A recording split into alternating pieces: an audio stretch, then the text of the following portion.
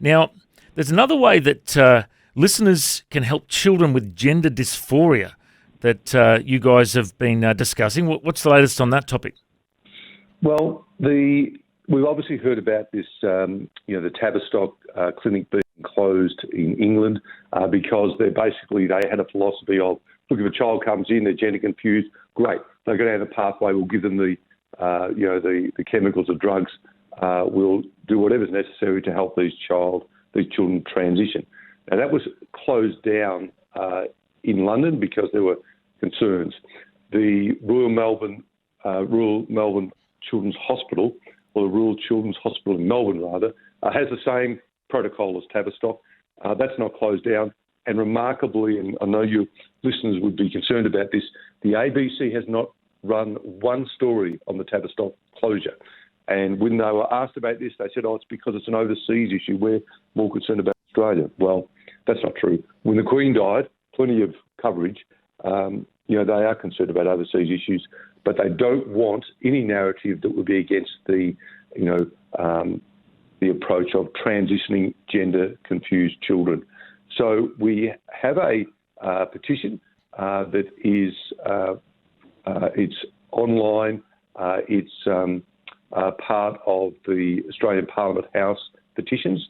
It's been prepared by Wendy Francis, and we do encourage people to go to our website to sign it, and that goes directly to members of Parliament. It will be tabled in the Parliament, and so that's a very significant one. And we do encourage people to basically help these children who are being, steered down a path that's causing great heartbreak in a lot of families. Yeah, it certainly is a big topic. Good to see the ACL speaking up on that topic. And just on that too, Dan, we need to hear good testimonies about topics like this. And, I heard of a church recently where there was a guy that was gender confused for a number of years, and the church, loved him and cared for him, even though he would turn up, in different clothing at different times. And I just heard recently that this guy got baptised, and he's back to his original state and loving it, happy, confident, free. And, we need to hear stories like that, don't we?